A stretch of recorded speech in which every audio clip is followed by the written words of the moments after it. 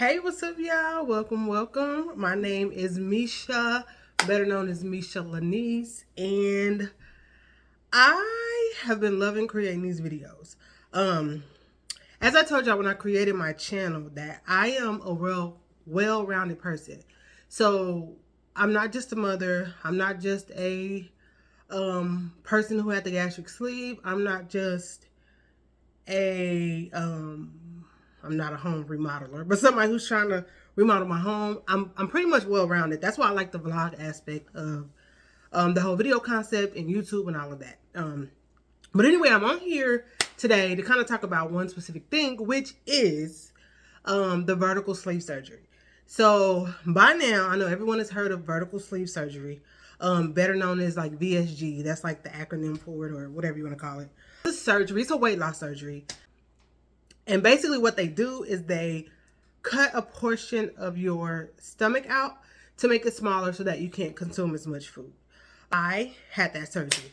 Not a lot of people know, like in my personal life and in my circle, know that I had it done. My immediate family, my mom, my sisters and brothers, a couple of friends do, but that's about it because it wasn't something that I actually announced. In the beginning, I was kind of embarrassed by it, I'll say, because who wants to have to resort to surgery to lose weight? Nobody. So I was embarrassed by that. The fact that I allowed myself to get to a point where I had to have surgery was embarrassing, but I am so grateful that I did it. Like, all of that's out the window, and I've had some questions from people, and so that's why I wanted to go ahead and get on here and kind of talk about my experience. I'm not going to make this a long-winded video. If you guys have any questions or comments, you can drop them down below, and I'll try to respond to them as quickly as I can. But I just wanted to get on here and share my experience. So in the beginning, I had only heard of the gastric bypass surgery. I didn't know that there was a gastric bypass and that there was a vertical sleeve surgery.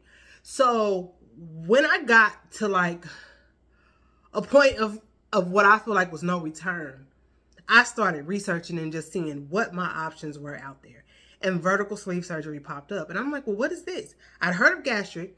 I knew a couple of people who had gastric and were successful with it, but I didn't know what vertical sleeve surgery was. So I started researching and researching. This was in 2021. I started researching, and I'm like, this is something I'm kind of interested in. At the same time, I'm focused on, well, what would people think? What would such and such think if I had to have weight loss surgery? What would such and such think? And I know it's crazy because in a world where surgery is kind of normal now, you have cosmetic surgery, you have lipo, you have BBLs, you have all of that stuff, but I still was kind of like embarrassed by it and kind of like, it's surgery. I am a single mother. I have a 9-year-old daughter. So, I had to think about all of that, what if something happens, it was just a lot, right? And it was really scary. But I started doing my research and I said, okay, you know what? I'm interested in this. But then I went back on it, started trying to work out, eat right, lose weight, doing keto. Keto was successful. Well, keto wasn't successful. Keto was successful as long as I was doing it, but it was really hard for me at that time to stick with it. So as soon as I would lose like 10, 15 pounds on doing keto, I would gain it right back, because once you eat that one little piece of bread or piece of carb, poof, and it came back worse. So it wasn't successful for me. It's been successful for a lot of people, and it's actually really and truly, it's crazy because it's kind of what my lifestyle is now, because I'm on a high protein, low carb diet. Okay, so back to the point at hand. I started researching and looked into it, found the sleeve, started doing more research, prayed about it, like kept it at the top of my prayer list, prayed, stayed heavily in prayer about this surgery. And so a year, I kept telling myself, okay, give yourself 3 months. If you can lose such and such pounds in 3 months, you don't need it. You can do it on your own. 3 months will come. Okay, give yourself 3 more months. Okay, you lost 5 pounds. You can do 5 more. That's what I kept telling myself. And then a whole year went by. And as that year is going by, I'm getting heavier. I'm getting sad. I'm getting depressed. I'm very embarrassed at this point. I don't really want to go anywhere. If it wasn't for my daughter, I probably would have stayed in the house in a whole shell, gaining more weight, because I'm eating myself. I ain't gonna say eating myself into a depression, but it's crazy because I never really realized that food was a comfort, because I didn't just like eat 10, 11, 12, 14, 15 cakes, or 10 ice cream cones. That's not how I gained my weight. So I was like, I'm not doing that. But actually, food was comforting to a certain extent. Like if I felt bad, a cookie was good. But I didn't eat, 10, 15 cookies, but still it didn't matter. The weight was still coming on. So anyway, bottom line, COVID hit, pandemic came, working from home, not really getting out very much, very, very little exercise, and the weight really started piling on. And this is kind of how I started really gaining weight. So when I got to the point of research, I had realized that I was 315 pounds. That was the heaviest that I've been. And if that's your weight now and you're comfortable with it and you're confident in yourself, kudos to you. That is great. Be confident and you're healthy. Hey, this is just my story and I'm sharing my experience. And 315 pounds for me was not good. It wasn't a good look. It did not feel good. I had no energy. I was tired all the time. I pushed myself to do things with my daughter because I felt like it wasn't fair for her to be deprived because her mom was overweight. But I didn't feel good about myself. So anyway, back on track, started researching gastric sleeve. Whole year of research, whole year of procrastination. 2022, no, was that in 2021. So the end of 2020, sent it in, they responded immediately. Set me up with an appointment. So December of 2021, I went in for my appointment. When I went in for my appointment or my consultation, I saw, they kind of explained to me what the process was. I actually saw a doctor. I saw a line of different, a doctor and a nurse practitioner. And they have a specialist that kind of went over the process and told me what it was all about. And I'm like, okay, hey, when I left out of there, I had a scheduled surgery date for February. Now, this is December of 2021. So, 2021, February of 2022, they had me a date. And I'm like, wait a minute. I just came to kind of do a consultation, not actually go through with having a whole full-fledged surgery. So anyway, I was like, you know what? Just be quiet. You are going to talk yourself out of something that you've been researching, that you've been praying about because of fear. So go with the flow. Come to find out, my insurance that I had, they require you to go through a 6-month process. So they would not approve the surgery without me going through the 6-month process. And the 6-month process included me having visits once a month for 6 months. I had to have a whole crew. So I had a physical therapist, I had a psychiatrist, I had a sleep medicine doctor, I had a nutritionist, and I still have all these things actually. I have a nutritionist, a nurse practitioner, and a doctor. They required me to go through a 6-month program. In the beginning, I was mad because I'm like, why are they making me do this?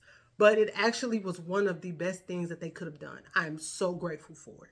So if you're thinking about having this procedure and you're upset that your insurance is causing you to do this, know that it is one of the greatest things that you can do because you want to make sure that you're ready. And they're probably just trying to make sure, look, before I give up this coin and pay all this money for her to have this surgery, I want to make sure that she's going to actually go, do what she's supposed to do, and we're not paying for something else later on down the line. That's how I look at it. I don't know if that's how they do it or not, but that's what I thought. So anyway, it's one of the best things that they could have done because it mentally prepared me. The psychiatrist basically had to say, okay, yay or nay, she's strong enough, she's mentally ready to have the surgery. There are a lot of people who were not mentally ready to have the surgery, and afterwards, mentally, they had a lot of issues. And it kind of started scaring me prior to my surgery. Like, do I want to do this? Because why is she having such a hard time? So I kind of pulled back because I already knew in my mind and my heart I was tired of what I was dealing with and being overweight, and I was ready.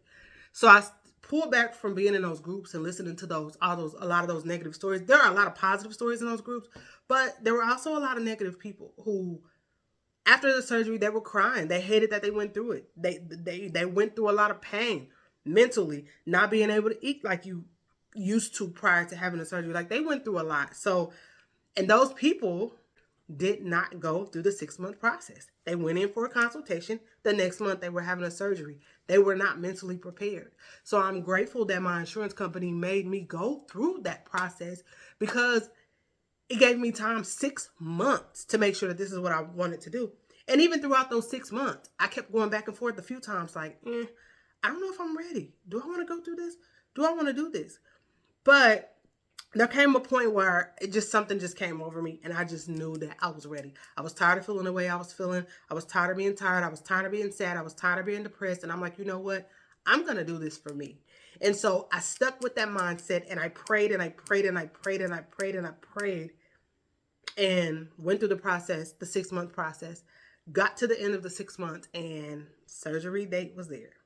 Now, throughout my process, my facility was very thorough. They were pretty thorough to let me know what to expect during my 7-day liquid diet, because I had a 7-day liquid diet. What to expect after surgery. Like, they really broke things down for me. And so I loved it because I needed that. I did have to have a they put a scope down your throat to make sure that you don't have any like reflex issues and stuff like that, because that can cause complications after surgery. So I had that done. We're gonna fast forward. So went to my consultation in November, or reached out in November, consultation in December. So ended up actually having my surgery in August. So it was actually originally scheduled for May. But like I said, I had some and I, pushed my EDG off because my surgery center would not do it without having that EDG. So I kept procrastinating on that. And because I procrastinated, that May date after the February date, and they found out that the insurance wouldn't approve that date, the May date would have been 6 months. And so that May date got pushed back. By that July, I was taking my daughter to Disney World. Trip was already paid for and scheduled. So I had to push it back to August. So August, the beginning of August, which August 6th is my birthday, my scheduled surgery date was August 8th. Okay. I had to get it together. Get the information, finally almost there. I have to go on a 7-day liquid diet. So I was afraid, because I'm like, 7 days of no food, like that's going to be hard. Like straight liquid, like water, like protein shakes, chicken broth, sugar-free Jell-O. But I did it. Okay, so liquid diet. So I had to do it for 7 days. The crazy thing is you learn how mentally strong you actually are when you have to go through something like that. The first 3 days were super tough. Okay. Like I said, August, the beginning of August is my birthday. It's also my nephew's birthday. It's August 5th. My niece's birthday is August 8th. So I'm also, something that I didn't mention, I'm also a cake decorator. And cake decorator, cake creator. I have a part-time business called Tamisha's Cakes. And so I also bake cakes. So around that time, I kind of didn't schedule any clients, but my nephew and niece's birthday was around that time. And I had to make their birthday cakes, right? Couldn't make a birthday cake for myself. Couldn't celebrate my birthday because I'm going through a liquid diet. But I had to make cakes for them. Smelling this and not being able to taste it, that was mentally taxing. But I got through it, and it was bomb. I was so proud of myself that I got through it. My birthday rolled around, and I had like a whole attitude. Because at this time, nobody knew that I was having the surgery but my mom and my 2 sisters. That's it. I kept it real hush-hush. I didn't want any negative vibes coming my way. I didn't want any negative energy coming my way. I didn't want any negative thoughts put in my head. I just wanted to focus, keep my blinders on. I prayed about it. I prayed and prayed and prayed and prayed and prayed about it. That's all I wanted. I didn't want to hear nobody else's voice but the voice of God. And so I didn't want to tell anybody. So for my birthday, everybody's reaching out like, hey, girl, what you doing? What you doing? You going out? You going to what we doing? And I hadn't been interested in doing them for my birthday for like the past 2 to 3 years prior to that anyway, because not being happy with myself, the way I look, like I didn't feel like my clothes looked good on me. It was not really a big deal for me not to celebrate my birthday, but it's just like everybody's calling me and I'm like, no, I'm not doing anything. You're not even going out to eat. No, I'm good. I'm not doing anything. So I couldn't do anything for my birthday, but I kept looking toward the future because I knew something positive was coming. Okay. So we got through this liquid diet. First 3 days were real tough. After that, it was good. After I had the surgery, the doctor came in and he was like, yeah, you did everything you were supposed to do. You did amazing on your liquid diet. We didn't have any complications. We were in and out. And so surgery day rolls around. My mom took me to have my surgery. She was very nervous. She's old school. So she was just like, you don't need surgery. You can do it on your own. And da-da-da-da. And I know that she meant well. But she just didn't know how bad I felt about myself in that moment. Nobody did, because I hit it well. And so I didn't really want to hear that at the time. She kind of kept that energy throughout the whole process, or from when she knew. Because after the surgery, I had a lot of gas. But I knew by talking to certain people, get up, walk, walk, walk, get that air out. As soon as you can, get up and walk. And prior, like, I was like, okay, so I had a C-section with my daughter. When I had my C-section with my daughter, I had terrible gas buildup because they did not get me up right away. They gave me too much anesthesia. I couldn't feel anything from my waist down for a very long time. So I laid in that bed and gas built up in my stomach. And it was one of the worst feelings ever in life. So thinking back to that and knowing how bad that was, I did not want to go through that gas pain. And the way people described it was like the C-section gas pain. So as soon as the medicine or the anesthesia started wearing off, I'm like, nurse, pushing the button, come get me up. And they're like, you sure you want? Yeah, as long as I can. They're like, well, can you walk? I was high as a kite still from the anesthesia, but clear enough to hold on to something and walk. So I held on to my IV stand, held on to the nurse, and went ahead and did some walking. I wanted to get that gas up moving. And I'm so grateful that I did, because I felt like if I would have laid in that bed, gas would have built up and that would have been an even worse pain. So gas did still build up. But getting up, moving around, kind of pushed it out. Also, I got the chewable baby Gas-X pills. I did a lot of research on that. A lot of people said those worked great. So I had those on hand. The hospital would not let me have those though, in hospital. So I did have to wait until I got home for those because they didn't want to give them to me, which my doctor had already told me they were fine for me to take. But the facility where they did the surgery, they were really cautious and they were like, no. So when I got home, I did start taking those immediately, Tylenol immediately. The medicines that they gave me, I stayed on top of. I did have pain. Besides gas pain, I started having just a pain. And it lasted for a couple of days. I ended up calling the doctor on call, like, hey, something's going on, because inside it hurt. But I mean, not hurt, because I just had half of my stomach cut off. So I know it's not going to feel good. But I'm like, something's happening, because for the last few days, I've been feeling good. And now I'm hurting bad. And this was like day 3. Well, what he explained to me was they give you a pain block. And that pain block blocks all the pain for at least 3 days. And he told me what I was experiencing was the pain block had worn off. So now I was feeling the real effects of the surgery. And baby, when I tell you that was some pain, I'm grateful it only lasted for about, 2 to 3 days maybe? Woo! Because that pain was worse to me than the gas pain. But everybody is different as well. So this is my experience. Your experience could be completely different. I say that to say this. My friend also had the gastric sleeve surgery around the same time I did. Hers was scheduled for July. She didn't know that I was going through the process. I didn't know that she was going through the process. The difference was her insurance company did not require her to go through a 6-month process. So me going to my consultation in December, having to wait to be scheduled for surgery, she didn't have to go through that process. She went to her consultation in May. They scheduled her for July. We didn't find out about it until we just kind of started having a conversation and talked about it. And that's how we were like, oh, you're having a surgery too? So we kind of had that each other to bounce off of, which was great. I already kind of knew what to expect.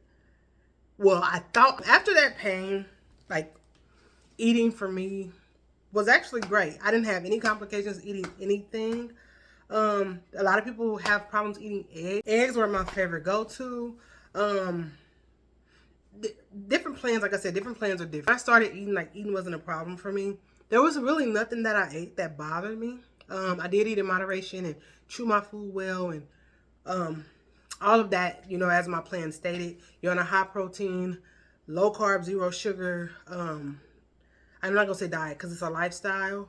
But yeah, the hardest thing for me was getting the protein in and also getting the water in. I still, a year later, struggle with those things. So if you've had the surgery and you're new at it and you're struggling with that, just know you're not the only one. Pretty much everybody does. And I had read this and seen this and researched this prior to me even having the surgery.